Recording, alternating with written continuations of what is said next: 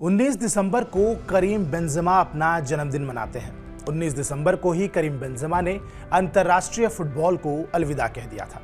Karim Benzema Messi और Ronaldo के युग में होते हुए इन दोनों खिलाड़ियों को पछाड़ते हुए फुटबॉल की दुनिया के सबसे बड़े अवार्ड बैलोन ड'ओर को हासिल करने वाले खिलाड़ी भी हैं। 8 साल की उम्र में फुटबॉल से दिल लगाने वाले बेंजेमा ने बचपन में ही बैलोन ड'ओर जीतने का सपना देखा था। करीम बेंजेमा की कहानी में जितनी उनकी कामयाबी और काबिलियत का जिक्र होता है, उतना ही उनके विवादों का भी। बहुत कम लोग ये जानते हैं कि 34 साल के बेंजेमा पहली बार 1956 में दिए गए बैलोन ड'ओर पुरस्कार को हासिल करने वाले स्टैनली मैथ्यू के बाद सबसे उम्रदराज खिलाड़ी हैं।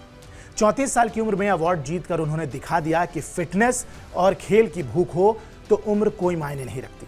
बेंजेमा ने एक बार कहा था कि मेरे लिए उम्र सिर्फ एक संख्या है और मैं इस पर ज्यादा ध्यान नहीं देता हूं।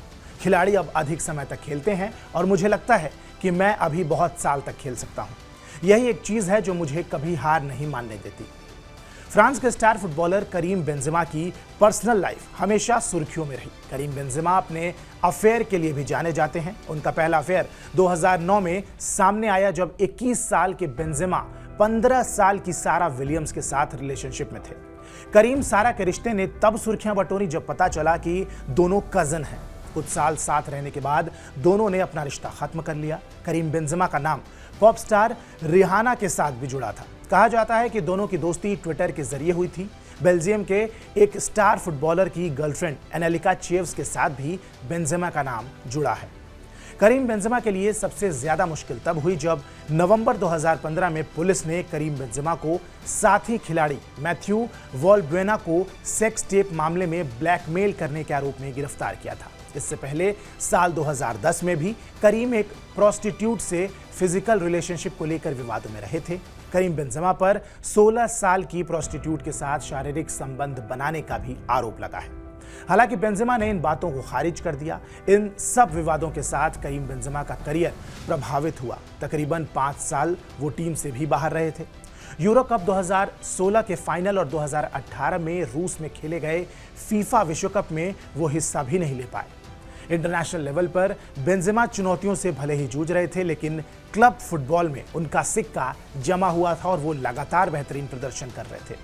करीम बेंजेमा की फील्ड में तेजी, उनकी मेहनत और उनका सेल्फलेस होना उन्हें एक अलग खिलाड़ी बनाता है।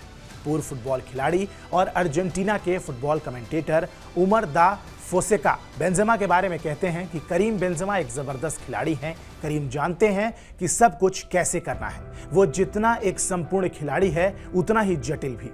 उसे स्कोरिंग, रिकॉर्ड और स्टार बनने का जुनून नहीं है। वो अपने फुटबॉल से लोगों को सम्मोहित कर लेता है। वो सेल्समैन के विपरीत है, लेकिन उसकी खेलने की शैली ऐसी है कि वो आपको मैदान पर शुरुआत में, बीच में या मैच के अंतिम क्षणों में दिख जाएगा। करीम बेंजेमा के कोच रहे आर्मर्ड गैरिडो ने एक बार कहा था, बेंजेमा अच्छी वाइन की तरह है, जितना अधिक समय बीतता है वो उतना बेहतर होते जाते हैं। करीम बस फुटबॉल हैं और फुटबॉल के अलावा कुछ नहीं। फुटबॉल को अलविदा कहते हुए करीम बेंजेमा ने इंस्टा पर लिखा था, मैं आज जहां हूं वहां तक पहुंचने के लिए मैंने प्रयास और गलतियां की।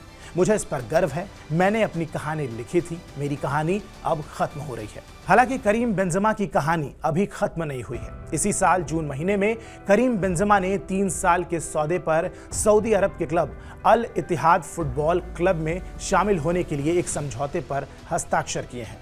लोग आज भी उनका खेल देखना पसंद करते हैं। बाजार में अभी भी उनकी रौनक है। उनका नाम है। सेल्समैन के विपरीत स्वभाव वाले बेंजेमा को खरीदने के लिए बाजार आज भी बाहें फैलाए बैठा है। बहरहाल TV9 भारतवर्ष की ओर से करीम बेंजेमा को हैप्पी बर्थडे।